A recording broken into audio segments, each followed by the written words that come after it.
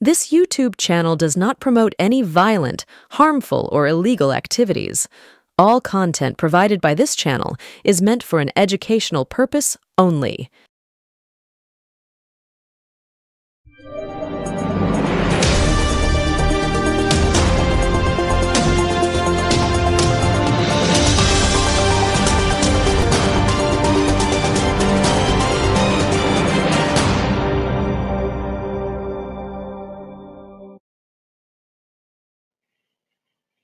স্বাগতম, নমস্কার, আসসালামু আলাইকুম। কেমন কাটলো সরস্বতী পুজো জানতে ইচ্ছা করছে। দুদিন ধরে পরপর গেল, আর ঠিক আজ থেকে ঘন্টা যদি বাজতে শুরু করি, তাহলে কয়েক ঘন্টার মধ্যে দুটি বড় ঘটনা ঘটতে চলেছে। একটা হচ্ছে গিয়ে আমাদের বাণিজ্য মেলা মমতা বন্দ্যোপাধ্যায়ের, এবং অন্যটি দিল্লির ভোট, অর্থাৎ 5 তারিখে দুটোই পড়ছে এবং ভেরি ইন্টারেস্টিং। তো আমি যেটা শুনেছি আপনাদের ছোট্ট করে বলে দিই নবান্ন সূত্রে। আচ্ছা, প্রথমেই মাননীয় দিদি, আপনাকে আমি কৃতজ্ঞতা জানাই আমার সমস্ত দর্শক বন্ধুকে সাক্ষী রেখে, যে আপনার পাঠানো বিজনেস সামিটের কার্ড আমি পেয়েছি এবং আমি উপস্থিত হচ্ছি। আমি কৃতজ্ঞ আপনার কাছে। আমি যদি কোনো ভুল ত্রুটি করে থাকি ক্ষমা চাইছি। আপনি তো দিদি, আমার ক্ষমা তো করবেনই। Thank you. শুরু করছি আজকের অনুষ্ঠান দুশ্মন। প্রথমেই যেটা বলবো, যে দুশ্মন বলতে যেটা বোঝায় সেটা পারফেক্টলি তাই, অর্থাৎ শত্রুতা। কে কার শত্রু এটা বলবার আগে একটু মুখ বন্ধ করে নিই, আপনাদের ভাল লাগবে। প্রত্যেকে কিন্তু শেষ অবধি দেখবেন, শেষ অবধি না দেখলে কিন্তু এই অনুষ্ঠানটির মজাটাই পাবেন না, এত বড় কথাটা বলছি। দুশ্মন মানে শত্রু, এবং শত্রুতাটা ভয়ানক, ভয়ঙ্কর। তার আগে বলি যে সম্প্রতি আমাদের কলকাতার মিডিয়া এবং তার সঙ্গে সঙ্গে দিল্লির 2-4টি ডিজিটাল মিডিয়া, তাদের কাছে কতগুলো খবর টবর ইত্যাদি তারা করতে আরম্ভ করলো, যে কোথাও একটা মাননীয় মুখ্যমন্ত্রী মমতা বন্দ্যোপাধ্যায়ের সঙ্গে কোথাও একটা অভিষেক বন্দ্যোপাধ্যায় দলের সর্বভারতীয় সাধারণ সম্পাদকের একটা ক্ল্যাশ চলছে, শত্রুতা। এমনকি সুমন চট্টোপাধ্যায়ের মতন মানে পোড় খাওয়া সাংবাদিক পর্যন্ত বলছেন যে তাহলে কিভাবে দলটা হবে, আচ্ছা এই দলটার মধ্যে কারা কারা যোগ দেবে, মানে একটা টিম তৈরি করে ফেলেছে অভিষেক বন্দ্যোপাধ্যায়।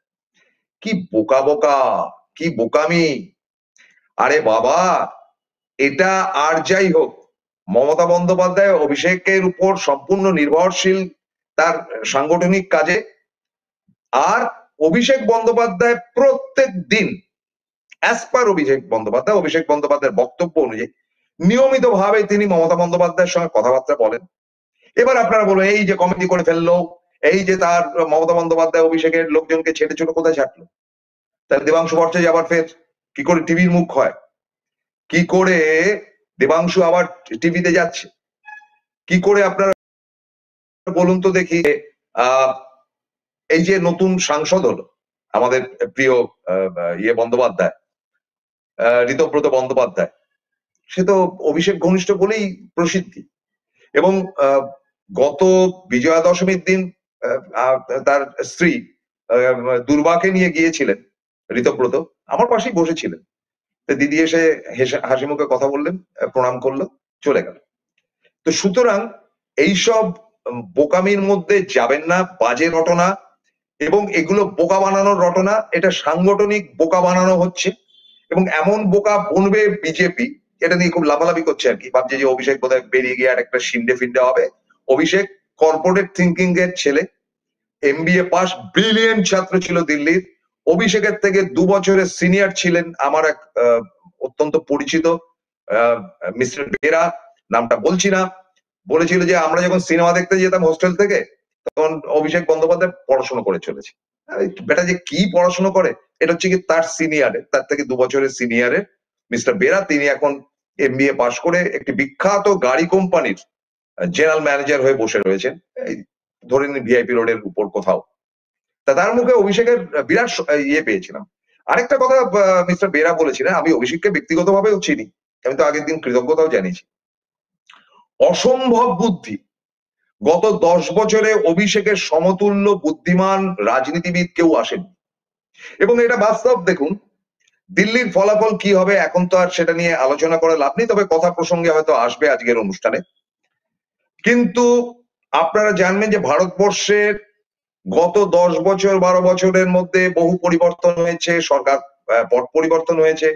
গুজরাটে কিন্তু বিজেপি রয়ে গেছে, কিন্তু বিজেপি কে সরিয়ে কংগ্রেস ক্ষমতায় এসে এরকম রেয়ার অফ দ্য রেয়ারেস্ট।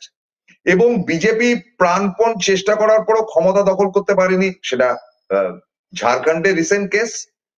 এবং একটা জায়গাতেই বিজেপি অত্যন্ত দুর্বল এবং বিজেপির নেতাদের কোনো উৎসাহ নেই, সেটা হচ্ছে পশ্চিমবঙ্গ। কারণ জানে যে এখানে একেবারেই এলেবেলে।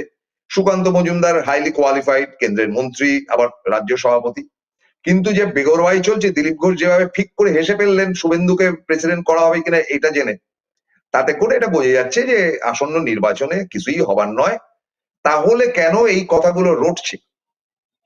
খবর হচ্ছেন ওরা, খবরওয়ালাদেরকে খবর তৈরি করছে যে সারাদিন ধরে এই মমতা এবং অভিষেকের খবরের মধ্যে যাতে আটকে থাকে। তা নয়তো তো দিল্লিতে দৌড়াবে। মোদি এখন দাঁত মাজলেন, মোদি এখন চা খেলেন, মোদি এখন টয়লেটে গেলেন, এবার তিনি ড্রেস পাল্টাচ্ছেন, এই তো খবরের নমুনা। সে খবরটাকে ঘুরিয়ে নিজেদের দিকে নিয়ে আসেন, আমাদের মধ্যে খুব একটা ইয়ে রয়েছে, ওই রয়েছে, খবর মার্কেটে ছেড়ে দিয়ে এমন একটা ভাবভঙ্গি করলেন। বিশ্বাস করুন, আমি এই 2 বাড়িতে গেছি, আমার একটা নিমন্ত্রণ কার্ড নিয়ে, আমি মমতা বন্দ্যোপাধ্যায়ের আমন্ত্রণ পত্র আর কি, যেগুলো পাড়ার পুজোর ইত্যাদি বা উৎসবের হয়, দিয়ে অভিষেক বন্দ্যোপাধ্যায়ের বাড়িতে গিয়ে চা খেয়েছি। সুতরাং আমাকে শেখাতে আসবেন না এমন, মানে গুড রিলেশন এদের মধ্যে। হ্যাঁ, মত পার্থক্য থাকতে পারে, মত পার্থক্য না থাকলে ডেমোক্রেসি কিসের? কিন্তু এটা জানবেন যে মমতা বন্দ্যোপাধ্যায় এখনো পর্যন্ত মনে করেন যে আধুনিক রাজনীতিতে, সেটা খুব শিগগিরই 10 তারিখে আপনারা বুঝতে পারবেন যে কোন দিকে যাচ্ছে বা না যাচ্ছে, এবং দেখবেন যে কমিটিটা কিভাবে হচ্ছে বা না হচ্ছে। যে অভিষেক বন্দ্যোপাধ্যায়ের বুদ্ধি আছে, বিবেচনা আছে, ভালো বক্তা, হবু মুখ্যমন্ত্রী মমতা বন্দ্যোপাধ্যায়ের পর। কারণ আগামী 10-20 বছরের মধ্যে তো আমি কিছু দেখছি না, যে দুরবস্থায় দলটা, বিজেপি এবং সিপিএম তো উবেই গেছে, বেশি পাগামি করে আরো নিজেদের ঐতিহ্য এবং রাস্তায় খারাপ করছে। সুতরাং প্লিজ বড় বড় লেকচার দেওয়া বিখ্যাত বিখ্যাত সাংবাদিকদের ঢপবাজির মধ্যে যাবেন না। মমতা বন্দ্যোপাধ্যায় যদি দলের 1 নম্বর স্থানে বসে থাকেন, তাহলে তিনি সেখান থেকেই অপারেট করছেন, এবং অভিষেক বন্দ্যোপাধ্যায় সব জানেন কি হবে বা না হবে, কোনো সমস্যা নেই। তবে হ্যাঁ, এটা বাস্তব যে অভিষেক বন্দ্যোপাধ্যায় ডায়মন্ড হারবারকে যেভাবে সাজাচ্ছেন, that is a brand Abhishek and brand Diamond Harbour. এবং কোনো সময় পারলে ডায়মন্ড হারবার থেকে ঘুরে যাবেন, যে সেখানে হিন্দু মুসলমান বলে আলাদা কাউকে করতে পারবেন না, হয়তো পোশাক আশাক বা ইয়ে থেকে বুঝতে পারবেন, মসজিদ মন্দির থেকে বুঝতে পারবেন। মানে একটা অভূতপূর্ব জায়গা তৈরি হয়েছে। এবং মমতা বন্দ্যোপাধ্যায় এটা জানেন না, মমতা বন্দ্যোপাধ্যায় তারই স্টেটের মধ্যে ডায়মন্ড হারবারের উন্নতি হচ্ছে, মমতা বন্দ্যোপাধ্যায় চান না, তিনি তো মুখ্যমন্ত্রী। অভিষেক বন্দ্যোপাধ্যায় হোক বা ডায়মন্ড হারবার হোক, তারই তো আন্ডারে রয়ে বাবা। তো সুতরাং এই ডববাজির মধ্যে যাবেন না, এখানে দোস্তি রয়েছে, দোস্তি। দোস্তি আর কি হবে, মানে পিসি ভাইবোর মধ্যে তো আর দোস্তি হয় না। এখানে নির্ভরশীল অভিষেক মমতা বন্দ্যোপাধ্যায়ের উপর, এবং মমতা বন্দ্যোপাধ্যায় সংগঠনের দিক থেকে যথেষ্ট পরিমাণে নির্ভর করে রয়েছে অভিষেক বন্দ্যোপাধ্যায়ের। খুব শিগগিরই বুঝতে পারবেন 10 তারিখের পর। আপনাদের অনেক আগে জানিয়ে দিলাম, no clash at all between Mamata Bandyopadhyay and Abhishek Bandyopadhyay. পুরো ঢপবাজি চলছে, খবর হচ্ছেন তারা। এবং এই সব খবরের চমকদারিতে আরেকজন ব্যক্তি আছেন, তিনি আমার অত্যন্ত প্রিয় মানুষ, যিনি আপনাদেরকে বেকায়দায় বোকা বানাচ্ছেন, তার নাম কুণাল ঘোষ। কুণাল ঘোষের ট্র্যাপে যে পা দিয়ে খবর করবেন, সে ভোগের খাতায় যাবেন, এটুকু বলতে পারি। That's all. এই চ্যাপ্টারটাকে সরিয়ে রেখে দিচ্ছি। তাহলে দুশ্মন কিসের? আচ্ছা, আপনারা বলুন তো একটা কথা, যে কুম্ভ মেলাতে যে ঘটনাটি ঘটলো, তা নিয়ে তো হইচই পড়ে গেছে। মানে ঘটনাটিতে ঘটেছে 30 জনের জায়গায় 300 জনও মারা যেতে পারে, হাসপাতালে কত যে ভর্তি, তাদের ভবিষ্যৎ কি, 25 লাখ টাকা করে দেওয়া হবে, সে টাকা এখনো পর্যন্ত কেউ পায়নি, আদৌ পাবে কিনা সন্দেহের ব্যাপার, কারণ সেগুলো নিয়ে নাড়াচাড়ার কোনো জায়গাই নেই। এত বড় স্পর্ধা মিডিয়া, সেই বিজেপির বিরুদ্ধে তারা পাতার পর পাতার খবরের কাগজে ছাড়ছেন, তারা টেলিভিশন চ্যানেলে দিবারাত্র কুম্ভকে দেখাচ্ছেন, যেখানে বাজেট সরে গেছে। বাজেট যে হলো একটা অখাদ্যতম বাজেট, লোককে বোকা বানানো, সোডা জানেন তো খায়, বোকা সোডা বানানোর বাজেট। এবং বাংলাকে বঞ্চিত করার বাজেট, এবং আপনারাও ভাববেন যে 12 লাখ, আপনি 12 লাখ টাকা মায়না পান, আপনার কি আসে যায় তাতে? জিএসটি বেড়ে একদিকে যেমন এরকম ভাবে 12 লাখ টাকা দিয়ে কাউকে মাথায় তোলা হলো, জিএসটি দিয়ে আবার নামিয়ে দেবে। একদম নিশ্চিন্তে থাকুন, এ ব্যালেন্স সাইড। মানে নির্মলা সীতারামন এবং নরেন্দ্র মোদী, অ্যাকচুয়ালি বাজেটটা তো করে পিএমও থেকে, মানে যতদূর শুনেছি, নির্মলা সীতারামন গিয়ে তার কুৎসিত ইংরেজিতে সেটা করে শোনায় আর কি, আই দিস দ্যাট অমুক তমুক করে তিনি যা বোঝান, আর সেটাই দেখবেন যে সব মিডিয়া বলছে যে আরে বাপরে বাপ, করজোরে কল্পতরু, এই যে লেখা আছে আনন্দবাজার, করজোরে কল্পতরু, কল্পতরু বলে তাকে দেখাচ্ছেন, মোটেই না। হ্যাঁ, লক্ষ্য মধ্যবিত্তের ব্যয় বৃদ্ধি, লক্ষ্য হচ্ছে কি ব্যয় বৃদ্ধি করা। কেন ব্যয় বৃদ্ধি করা? ট্যাক্স যদি না লাগে তাহলে তারা বেশি বেশি খরচা করবে, আর ট্যাক্স তো পড়েছে 12 লাখের উপর, তার ট্যাক্স রয়েছে, সবকিছুর মধ্যে ট্যাক্স রয়েছে, আপনাদের ওই সোডা খাওয়ানোর মতো বোকা সোডা বানিয়ে ছেড়ে দিয়েছে। বুঝলেন কি আসলে বলতে চাইছি? যেটা বুঝেছেন ওটাই কথা, আমার মুখ খারাপ বলে দিলাম। কিতে সেই তাহলে শত্রুতার গল্প আসছে। আপনারা তো ছবি দেখলেন প্রমোতে, যে ক্রুদ্ধ দুই ব্যক্তি, নরেন্দ্র মোদী এবং যোগী আদিত্যনাথ, তাদের মধ্যে শত্রুতা। উরে বাবা, এই আঙুল তুলে রয়েছেন, আরেকজন আঙুল তুলে রয়েছে, কিসের শত্রুতা এদের? কি ব্যাপার, কি ঘটনা ঘটেছে? এই কুম্ভর সঙ্গে নরেন্দ্র মোদীরই বা কি সম্পর্ক, বা যোগী আদিত্যনাথেরই বা কি সম্পর্ক? দেখুন, সাংবাদিকতা করছি দীর্ঘদিন হয়ে গেল, তার আগে রাজনীতি করেছি, তৃণমূলই করেছি, যুব কংগ্রেস করতাম, মগজে তো কিছু ঢুকেছে। এতদিন ধরে ঘষ্টানোর পর পেটে আমার যদি সামান্য বিদ্যাও থাকে, তাহলে জানবেন যে কিছু এক্সপিরিয়েন্সের মূল্য আছে। আমি প্রবীর বিশ্বাসের সঙ্গে গল্প করতে করতে একদিন বললাম, আচ্ছা প্রবীরদা একটা কথা বলুন তো, যে মমতা শঙ্করকে তো নর্মাল কোর্সেই পদ্মভূষণ দেওয়া উচিত, কারণ তিনি এমন একটি পরিবার বিলং করেন, যে পরিবারের ঐতিহ্য তিনি ধরে রেখেছেন ডান্সার হিসেবে। এখন তো আর সিনেমা সেরকম করছেন না, বা সিনেমা রিসেন্ট করছেন, এখন 70-এর কাছাকাছি বয়স, যে তাকে তো অনেক আগেই পুরস্কার দেওয়া যেত তার গুণের জন্য। তিনি রবিশঙ্করের ভাইজি, উদয় শঙ্করের কন্যা, অমলা শঙ্করের কন্যা। তো অত বড় পরিবারের একজনকে এতদিন বাদে দেওয়া হলো তা পদ্মশ্রী। যাই হোক, বেটার লেট দ্যান নেভার। তো এত বছর কারো মনে আসেনি? এটা ডিসক্রেডিট যদি থাকে তাহলে সেটা কংগ্রেস গভর্নমেন্টে, তারা দেননি কেন, তাদের ব্যাপার। কারণ রবিশঙ্কর যত শুনেছি জওহরলাল নেহরুর অত্যন্ত প্রিয় পাত্র ছিলেন, ইন্দিরা গান্ধীর অত্যন্ত প্রিয় পাত্র ছিলেন, তাহলেও কেন পেল না এতদিন আমি জানি না। কিন্তু বিজেপি হঠাৎ এত লোককে বাদ দিয়ে, যেটা প্রবীর বিশ্বাস বলছিলেন, হঠাৎ তাকে দিলেন কেন? আরে একটু মগজ খাটান, একটু মগজ খাটান আমার প্রিয় দর্শক বন্ধু, আপনারা যথেষ্ট বুদ্ধিমান। আমি দিলীপ রায়কেও বলবো যে একটু বুদ্ধি খাটান, তাহলে বুঝতে পারবেন যেটার ওকালতিটা এমন কেউ করেছেন যিনি একেবারেই আমাদের মমতা শঙ্করের অত্যন্ত ঘনিষ্ঠ। আপনারা তো রিসেন্টলি পত্র পত্রিকা পড়েছেন যে কতটা ঘনিষ্ঠতা তার সঙ্গে মিঠুনের ছিল, বিয়ে হওয়ার নাকি কথা হয়েছিল, ইত্যাদি ইত্যাদি। মিঠুন একটু মানে বয়সকালে গিয়ে তার পুরনো বান্ধবীকে পাইয়ে দিলেন হয়তোবা, হয়তোবা। আমি ভেবেছিলাম অমলা শঙ্কর, এই মমতা শঙ্কর হয়তো রিফিউজ করবেন, মানে সন্ধ্যা মুখার্জির মতো, যে আমার 70 বছর বয়সে যেখানে আমার পদ্মভূষণ পাওয়া উচিত, সেখানে পদ্মশ্রী দিয়ে দেখলাম তিনি ভারী খুশি হয়েছেন। আমি মমতাকে খুব ভালোবাসি, তার পাওয়া উচিত, তার সব রকম যোগ্যতা রয়েছে। তবে ভায়া এই গল্পটা কিভাবে আমরা ধরলাম, আবারও বলি, অভিজ্ঞতা, সাংবাদিকতার অভিজ্ঞতা। এটা অন্যটাও হতে পারে, আমি যে ঠিক বলছি এমন নয়, বা প্রবীরবাবু ঠিক বলছেন এমন নয়, কিন্তু অভিজ্ঞতা। এবং এই অভিজ্ঞতাটা আমরা আরেকজন প্রবীণ সাংবাদিকের সঙ্গে শেয়ার করেছিলাম। তিনি আনন্দবাজারে ছিলেন, এখন তো নিজেই চালাচ্ছেন পোর্টাল বা নিউজ পেপার, সুমন ভট্টাচার্য। বিভিন্ন টিভি চ্যানেলে প্রায় তাকে দেখবেন। সুমন বাবু আমার থেকে বয়সে ছোট। আমি বললাম, সুমন বাবু, আমাদের এরকম একটা মাথায় আসছে যে মমতা শঙ্করের পেছনে হয়তো ইয়ের হাত থাকতে পারে, আপনার মিঠুনের হাত থাকতে পারে। তিনি তার উত্তর দিলেন, আরে ঠিকই তো বলেছেন, একদম ঠিক জায়গা ধরেছেন।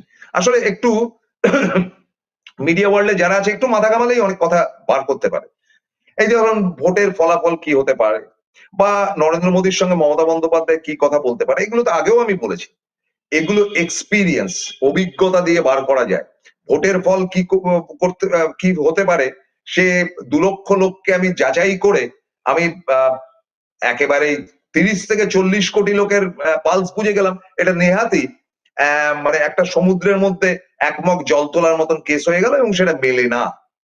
তাহলে আমরা কি করে বললাম এনকে ডিজিটালে? আমি প্রবীরবাবু যেমন কলকাতাকে ওয়েস্ট বেঙ্গলকে অলমোস্ট মিলিয়ে দিয়েছেন, তেমন আমি ইন্ডিয়া বেসিসে একদম 240টা আসন বলেছি। আপনারা যদি চান ফের ওটাকে রিপিট করে দেখি, 240-এর বেশি আসন পাবেন আমি বলেছিলাম। অভিজ্ঞতা। কেন অভিজ্ঞতা? প্রত্যেকদিন ওয়াচ করতাম যে প্রত্যেকদিন ভোট কত পার্সেন্ট পড়ছে। যদি এই পার্সেন্টেজটা কমে থাকে তাহলে নির্বাচন কমিশনার রাজীব কুমার কি বলছেন বা ইত্যাদি ইত্যাদি, এগুলোকে অঙ্ক করে অঙ্ক কষে বা বিভিন্ন এক্সপিরিয়েন্স যে চ্যানেলগুলো চলে ন্যাশনালি, তাদের নানান কথাবার্তা শুনে অবশেষে কিন্তু আমরা ধরতে পেরেছিলাম যে এর বেশি যাবে না, একক সংখ্যাগরিষ্ঠতা হারাবে, এবং তাই হয়েছে। এবারে আসি যে আজকে এমন একটি বার্তা বলবে, যেমন মমতা শঙ্কর মিঠুনের গল্পটা বললাম যে কেন তিনি পেয়েছেন পদ্মশ্রী, সেটা আপনাদের সামনে খুলে বললাম। এবার আপনারা একটু মাথা ঘামালেই বুঝতে পারবেন যে কেন পেল এত লোককে। প্রবিদ্যা বলেছিলেন লিলি চক্রবর্তী পেল না, মাধবী মুখার্জি পেল না, সাবিত্রী চ্যাটার্জি পেল না, এরকম অনেকেই পায়নি। বহু তাবর অভিনেতা অভিনেত্রীরা পায়নি, দিনের পর দিন পান। তাহলে উনি পেলেন কেন? এই দুয়ে চারে একটা এক্সপিরিয়েন্স নিয়ে আমি বললাম যে এই কারণেই পেতে পারে। সব্যসাচী চক্রবর্তীকে তো দেওয়া উচিত ছিল, অত বড় অভিনেতা। যাই হোক, তো এবার একটা বিস্ফোরক বিষয় নিয়ে আসছি যে দুশ্মন নরেন্দ্র মোদী লবি ভার্সেস আদিত্য যোগীর লবি, অর্থাৎ যোগী আদিত্যনাথের লবি। উত্তরপ্রদেশে ওকে অনেক সময় আদিত্য যোগী বলে, আমরা বলবো যোগী আদিত্যনাথ। যোগী ভার্সেস মোদীর মারাত্মক ক্ল্যাশ, এবং কুম্ভর সঙ্গে ওতপ্রোতভাবে যুক্ত সেই ক্ল্যাশ শুনবেন। কিন্তু তার আগে নিয়ে নিচ্ছে একটা ছোট্ট বিরতি, শেষ পর্যন্ত থাকবেন, ফিরছি খুব দ্রুত, সঙ্গে থাকুন। Found Kolkata's first ever sweet shop serving so unique items like Dab Malai Curry, Motichur Truffle, Gajor Borfi, Dab Kalakand, and I had to try them. শুধু তাই নয়, শক্তিগড়ের ল্যাংচা, বর্ধমানের সীতাভোগ, মালদার পোস্তকদম, বহরমপুরের ছানা বড়া, এগুলো সবকিছু খেতে হলে আর এত দূরে যেতে হবে না। সুন্দরিনী ন্যাচারালসে পেয়ে যাবে পশ্চিমবঙ্গের বিখ্যাত 10টা জেলার মিষ্টি all under the same roof. এদের বেস্ট সেলার্স কচি ডাবের শাঁস দিয়ে বানানো ডাব মালাইকারি আর কলা পাতায় মোড়া গুড়ের সন্দেশ পাতুরি আর মাস্ট ট্রাই।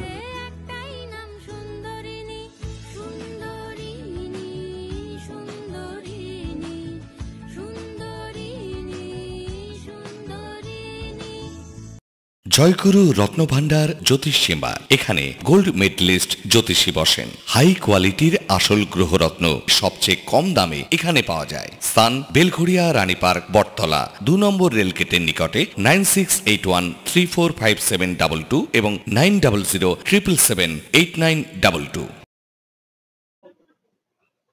ফিরে এলাম বিরতির পর। এবার সেই বোম্বাস্টিক বা বিস্ফোরক বিষয়টি আপনাদেরকে তুলে ধরবো। দর্শক বন্ধু, আমার প্রিয় বন্ধু, একেবারে যোগী আদিত্যনাথ যেদিনকে মুখ্যমন্ত্রী হয়েছিলেন তিনি কিন্তু ভোটে দাঁড়াননি, সাইড লাইন থেকে তিনি ঢুকে গিয়ে পরে বোধহয় বিধান পরিষদ থেকে পাস হয়ে তিনি মুখ্যমন্ত্রী হয়েছিলেন। তিনি তখন এমপি ছিলেন গোরখপুরের। তো এই যোগী আদিত্যনাথই বা কে, বা মোদির ব্যাকগ্রাউন্ডটাই বা কি? দেখুন, মোদি চা বিক্রি করেছেন কি না করেছেন, বা তার পড়াশোনা কত, বা তার কোয়ালিফিকেশন কি, এই নিয়ে আর আলোচনা করে লাভ নেই, বিরক্তিকর বিষয়। কিন্তু এটা বাস্তব যে নরেন্দ্র মোদী কিন্তু সিনসিয়ারলি আরএসএস টা করেছেন, এবং তিনি কিন্তু প্রচারক ছিলেন। যখন যেখানে আরএসএস তাকে যেতে বলেছে তিনি কিন্তু প্রচার করে গেছেন, এবং হিন্দুত্ববাদী প্রচার ছিল, অর্থাৎ হিন্দুত্বের পোস্টার বয় কিন্তু নরেন্দ্র মোদী। সেখান থেকে যখন তাকে পারমিশন দেওয়া হলো যে go and sit in the chair of chief minister in Gujarat, তিনি গিয়ে টুক করে বসে পড়লেন। আর কে যোগী আদিত্যনাথ? যোগী আদিত্যনাথের বাবা ছিলেন প্র্যাকটিক্যালি আরেক যোগী। যোগী আদিত্যনাথ কোশ্মিন কালেও কিন্তু আরএসএস করেননি। আপনারা হয়তো চমকে যাবেন, দেখি এক বলছেন কি, হ্যাঁ করেননি। কিন্তু বিশ্ব হিন্দু পরিষদ থেকে শুরু করে সংঘ পরিবার, আরএসএস যোগীদের এই তথাকথিত অতিরিক্ত হিন্দুত্ববাদের উপর যোগীদের যে একটা অ্যাটেনশন, সেটাতে বেহুদা খুশি হয়েছে, বেহাদ খুশি হয়েছে। নাইবা করলেন আরএসএস, কিন্তু এবার মনের লোককে খুঁজে পেয়েছিলেন তারা যোগীর মধ্যে, যে হিন্দুত্ববাদের সেরা পোস্টার বয় নরেন্দ্র মোদীর থেকেও বেশি যোগী আদিত্যনাথ। তারপরে উত্তরপ্রদেশের ভোটের পর যখন বিজেপি জিতলো, তখন একেবারে আরএসএস এর নাগপুর থেকে কড়া নির্দেশিকা এলো যে আর কেউ নয়, কে জিতেছে হেরেছে জানার দরকার নেই, Yogi Adityanath will be the chief minister of Uttar Pradesh. এতে বেমাক্কা খেপলেন কিন্তু নরেন্দ্র মোদী। তখন প্রেসিডেন্ট ছিলেন দলের এই অমিত শাহ। এরা দুজনেই তাদের বিক্ষুব্ধ হলেন। এবং আপনাদের বলি যে প্রথম যখন যোগী আদিত্যনাথ মুখ্যমন্ত্রী হলেন, সেই মুখ্যমন্ত্রিত্ব হওয়ার পর নরেন্দ্র মোদী উপস্থিত ছিলেন, কিন্তু তিনি স্টেজে ছিলেন। কিন্তু যে মুহূর্তে ওথ নেওয়া বা শপথ নেওয়া হয়ে গেল, তিনি আর কিন্তু চা চক্রে যাননি, যেটা কিন্তু যাওয়া উচিত। সবাই যায় অন্তত কংগ্রাচুলেশন জানাতে বা হাতে হাত মেলাতে বা গ্রুপ ছবি তুলতে। নরেন্দ্র মোদীর ফ্লাইট দাঁড়িয়েছিল লখনৌ এয়ারপোর্টে, তিনি শটান ওই স্টেজ থেকে নেমে বেরিয়ে চলে গেছিলেন। এবং সেদিন থেকেই প্রমাণ হয়ে গেছিল যে অত্যন্ত অপছন্দের চরিত্র নরেন্দ্র মোদীর কাছে এই যোগী আদিত্যনাথ কোনোদিন চাননি। তার নিজের খোঁজ খাদ সব লোকজন রয়েছে।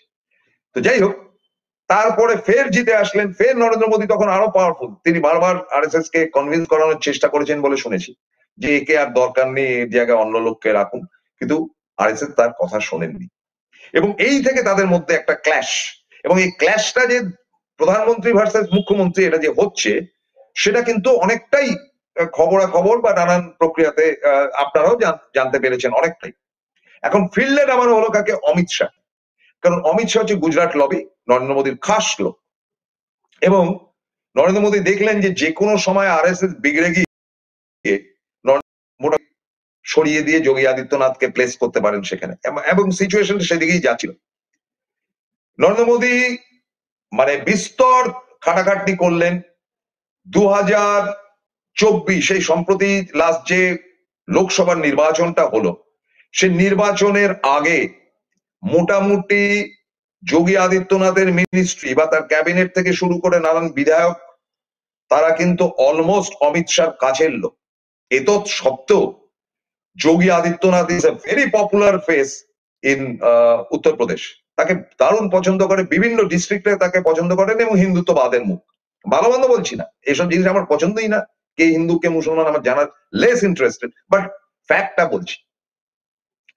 এবারে অমিত শাহ বা নরেন্দ্র মোদী দেখুন 75 বছর বয়স হয়ে গেল, ইয়েকে ভাগিয়ে দিল, যারা ছিলেন আদবানি থেকে শুরু করে মুরলী মনোহর যোশী বসুকে ভাগিয়ে দিয়েছে। উনি কিন্তু নড়বেন না। আচ্ছা, উনি নড়লেও ওনার প্রাণের লোক অমিত শাহরও মনের বাসনা হয়তো বা যে পরবর্তী প্রধানমন্ত্রী আমি হই, কিন্তু হই বললেই তো আর হওয়া যায় না। এবার তারা মোটামুটি একটা লবি তৈরি করে ফেললেন, অমিত শাহ, নরেন্দ্র মোদী এবং তাদের প্রেসিডেন্ট, বর্তমানে তিনি প্রেসিডেন্টও রয়েছেন, আবার মন্ত্রিসভাতেও গেছেন। তো এই তিনজন মিলে যখন আলাপ আলোচনা হলো, তখন দলের সভাপতি নাড্ডাজির কথা বলছি, নাড্ডাজি বলতে হবে, বাংলার জামাই নাড্ডাজি হঠাৎ একটা পত্রপত্রিকার কাছে বললেন যে আরএসএস এর সম্বন্ধে প্রসঙ্গ উঠেছিল যে আমরা এখন যথেষ্ট বড় হয়ে গেছি, এখন আর কারোর গার্জিয়ানগিরি আমাদের পছন্দ নয়। আরএসএস বললেন আচ্ছা বেটা, এত বড় দাপট। দেখুন, আরএসএস হচ্ছে একটা সংগঠন, তার একটা টুকরো মাত্র বিজেপি, একটা টুকরো বিজেপি। আরএসএস যদি হাত গুটিয়ে নেয় তাহলে কিন্তু মুখ থুবড়ে পড়বে। এবং আপনাদেরকে বলি যে 1991 সালে যে নরসিমহা রাও ক্ষমতায় এসেছিলেন, তার পেছনে কিন্তু কোথাও একটা আরএসএস এর আশীর্বাদ ছিল। তিনি চাননি ভজগটা একটা গভর্নমেন্ট যার মধ্যে সিপিএম ও সাপোর্ট করবে, যার মধ্যে বিশ্বনাথ প্রতাপ সিং এর মতো বামপন্থী ও মনোভাবাপন্ন লোক ফের ক্ষমতায় আসবে, সেটা আরএসএস চায়নি। তার থেকে বরং নরসিমহা রাও মানে সাম এক্সটেন্ট হিন্দুত্বের মুখ প্লাস ব্রাহ্মণ, সেই যদি হয় তো মন্দ কি। ফলে একটা সাপোর্ট কিন্তু ইনডাইরেক্টলি ছিল, তারা পুরো ফিউজ হয়েছিল, যার জন্য কিন্তু ক্ষমতায় আসতে পেরেছিল সেবা। আপনারা বিবেচনা করে দেখতে পারেন, it is also in my experience, আমার বক্তব্য। দ্বিতীয়ত, যখন ক্ষমতায় অনেকটাই লাফিয়ে যাবে বাজপেয়ীজি, সে একবার অ্যাটম বোমা থেকে শুরু করে কাশ্মীরের উপত্যকায় যুদ্ধ ইত্যাদি পরে যখন অনেকটা কন্ট্রোলের বাইরে বাজপেয়ীজি চলে গিয়েছিলেন, 2004-এ নিশ্চিন্তে বাজপেয়ী ক্ষমতায় আসতেন ফিরে, কিন্তু আরএসএস এর আশীর্বাদের হাতটি তার মাথার উপর থেকে সরে গিয়েছিল। খবর নিয়ে দেখতে পারেন যে সে কারণে কিন্তু যে আসন পাওয়ার কথা ছিল, যেটা মানে প্রি পোল বা ওপিনিয়ন পোল যেটা হয়েছিল, তার ধারে কাছেও বাজপেয়ী পৌঁছাতে পারেননি, মুখ থুবড়ে পড়েছিল এবং কংগ্রেসের একটা মিলিজুলি গভর্নমেন্ট হয়েছিল। এতটা ইচ্ছা শক্তির উপর কিন্তু আরএসএস এর ইচ্ছা শক্তির উপর কিন্তু ভারতবর্ষের রাজনীতি আজকে দাঁড়িয়ে, আপনার ভালো লাগুক চা না লাগুক, এটি ফ্যাক্ট। এবং এবারে নরেন্দ্র মোদীর এই যে অবস্থানটা হলো, তাতে উত্তরপ্রদেশে যদিও সমস্ত অলমোস্ট ক্যান্ডিডেট অমিত শাহর পছন্দের ছিল, কিছু যোগী ছিল, কিন্তু যোগী স্যাবোটেজ করতে পারে এইটা কিন্তু মোটামুটি ভাবে ক্যালকুলেট করে নিয়েছিলেন নরেন্দ্র মোদী অমিত শাহরা। এবং তার মধ্যে নাটটা তো বড় বড় বার্তা মেরে দিয়েছেন যে আরএসএস এর হেল্পের দরকার নেই ইত্যাদি। সেই সময় সেকেন্ড দিন ভোটের পরে যখন দেখা গেল যে ভোটের পার্সেন্টেজ ভীষণভাবে কমে যাচ্ছে, যেটা পরে রাজীব কুমারকে দিয়ে ম্যানেজ করাবার চেষ্টা করা হয়েছিল, কারণ নির্বাচন কমিশন তো তাদেরই লেজুর আর কি, তখন কিন্তু অমিত শাহ মানে আর বিন্দুমাত্র দেরি করেননি, একেবারে রাতারাতি যোগী আদিত্যনাথের কাছে ফোন এলো রাত্রিবেলা, গভীর রাত্রে, যে কাল থেকে তোমার লোকসভা ইলেকশনের ব্যাপারে মাথা গলানোর দরকার নেই, এই দায়িত্বটা এবার অমিত শাহ সামলাবেন। প্রমাদ গুনলেন যোগী, তিনি রজ্জু ভাইয়া বলে এক মানে মহা দাদাকে, যেটা আগের দিনও বলছিলাম যে উত্তরপ্রদেশের এই রজ্জু ভাইয়ার যে ক্ষমতা, সেখানে অনুব্রত মন্ডলের মতন 100টা লোক ঢুকে যায়, এত বড় মারাত্মক লোক, তাকে ম্যানেজ করার চেষ্টা করলেন অমিত শাহ। ব্যাঙ্গালোরে একটা কি মিটিং হলো, কিন্তু পাল্টি মেরেছিলেন রজ্জু ভাইয়া, তিনি পুরোপুরি কাজ করলেন তলায় তলায় সমাজবাদী পার্টি এবং কংগ্রেসের হয়ে, ধরাশায়ী হল বিজেপি। এই ধরাশায়ীটা করতে চেয়েছিল যে মহারাষ্ট্র, রাজস্থান এবং উত্তরপ্রদেশকে টার্গেট করে বিজেপি মানে আরএসএস এমন ভাবে তারা তাদের প্রচারটি করেছিলেন যাতে করে বিজেপি ক্ষমতায় আসবে ঠিকই, কিন্তু সংখ্যালঘু হয়ে যাবে, যাতে করে নরেন্দ্র মোদীকে প্রতি মুহূর্তে তাকিয়ে থাকতে হয় এই আরএসএস এর দিকে যে কি করব, যেখান থেকে পুরো চোখ ঘুরিয়ে নিয়েছিলেন। এবং এতটাই চোখ ঘুরিয়ে নিয়েছিলেন যে তিনি চেয়েছিলেন যে সংঘ পরিবারে এমন কমিটি হোক যেখানে নরেন্দ্র মোদীর ঘনিষ্ঠ লোকেরা থাকবে, বাকি সব জায়গাতে নরেন্দ্র মোদী ধরা হয়ে গেছে। ভেতরের গল্প বলছি। এইবারে যোগীর সঙ্গে, যোগীকে মোটামুটি মানে আমি গ্যারেন্টি দিয়ে বলছি, যদি 274টি আসন পেত বিজেপি, যোগীকে ছেড়ে বাদ দিয়ে দেওয়া হতো, কারণ আবার মোদী সেই সিঙ্গল ক্যাপাসিটির প্রধানমন্ত্রী হতেন, একদম ছেড়ে বাদ দিয়ে দেওয়া হতো, সেখানে আরএসএস প্রধানের কিচ্ছু করার থাকতো না। কিন্তু ফরচুনেটলি সেটা করতে পারলেন না। মকা সব সময় থাকে, শত্রু যখন দুজনের, মানে যোগী আদিত্যনাথ তার মেন এনিমি, তিনি প্রত্যেক সময় আতঙ্কে ভোগেন যে মোদী কখন তার উপর খাড়া ঝুলিয়ে দেবে, আর নরেন্দ্র মোদী ভাবেন যে কত দ্রুত এই লোকটাকে বিদায় করা যায়। এর আগে একবার মকা এসেছিল এই ধর্মীয় অনুষ্ঠানে, তো সেই ধর্মীয় অনুষ্ঠানে কিন্তু প্রায় কেটে ছেটে বাদ দিতে গিয়েও, ওই হাতরাসের কথাটা বলছি, শেষ পর্যন্ত আর বাদ দেওয়া যায়নি, কারণ আরএসএস এর তরফ থেকে একটা চাপ ছিল এবং মোটামুটি ম্যানেজ করতে পেরেছিল সমস্ত সেক্রেটারিকে ভাগিয়ে দিয়ে একটা নতুন একটা ইয়ে করে প্রশাসন তৈরি করে যোগী যথেষ্ট ধুরন্ধর, তিনি ম্যানেজ করতে পেরেছেন, লোকসভার পরেও কিন্তু তিনি ম্যানেজ করতে পেরেছেন। এইবারে মজাটা হলো যেটা, এবার যোগীর যে উত্থান, যোগীও একটা ব্লান্ডার করে বসলেন সম্প্রতি। তিনি এই মানে রাম মন্দির গঠনের পর যখন রাম মন্দিরের জায়গা অযোধ্যাতেই হেরে গেল বিজেপি, তারপরে যোগী ফিল্ডে নামলেন যে না, আমার তো হিন্দুত্ববাদের মুখ, আমাকে দারুণ ভাবে এগোতে হবে।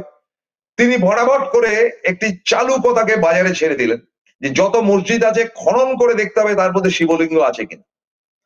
এটাতে করে আরএসএস প্রধান মোহন ভাগবত বিস্তর চটলেন, এবং মোহন ভাগবত জানেন যে সবসময় মুসলিম বিরোধিতা করলে কাজ হয় না, ফলে এই যোগীর মাতব্বরী কথা তিনি ভালোভাবে নিলেন না। তিনি একটি অনুষ্ঠানে, একটি না দুটি অনুষ্ঠানে, একটি নাগপুর, একটা কোথায় জেনে করেছে, একটি পুনা আর একটা জেনে কোথায় বলেছিলেন, তিনি স্ট্রেট বললেন হিন্দুত্ববাদ নিয়ে বাড়াবাড়ি করারও একটা লিমিট রয়েছে। এটা এটা এটা একদম মোহন ভাগবতের কথা, যে সমস্ত মসজিদ ভেঙে শিবলিঙ্গ খোঁচার যে অতিরিক্ত বাড়াবাড়ি সেগুলো বন্ধ থাকুক, কারণ দেশটা হিন্দু এবং মুসলমানের দেশ, ভাবা যায় না আরএসএস এর প্রধান বলছেন। তারপরে যখন যোগীকে সাংবাদিকরা বললো যে আপনি কি বলছেন, সমস্ত মসজিদ ভেঙে শিবলিঙ্গ বার করবেন, এ তো প্রধান বলছেন অন্য কথা। তখন যোগী বোকামিটা করলো, যে বোকামিটা মোদিরা করেছিলেন সেই সেম বোকামিটা যোগী করলেন। তিনি বললেন যে আরএসএস কি বললো না বললো আমার জানা দরকার, এটা আমার বক্তব্য, আমার বক্তব্যতেই আমি অটল, অ্যাজ পার কোট আনকোট তিনি বলেছেন। এটা এবার কিন্তু আরএসএস বেশ খানিকটা চটে গেল যে আরে যেই যায় লঙ্কায় সেই হয় রাবণ, এর মানেটা কি?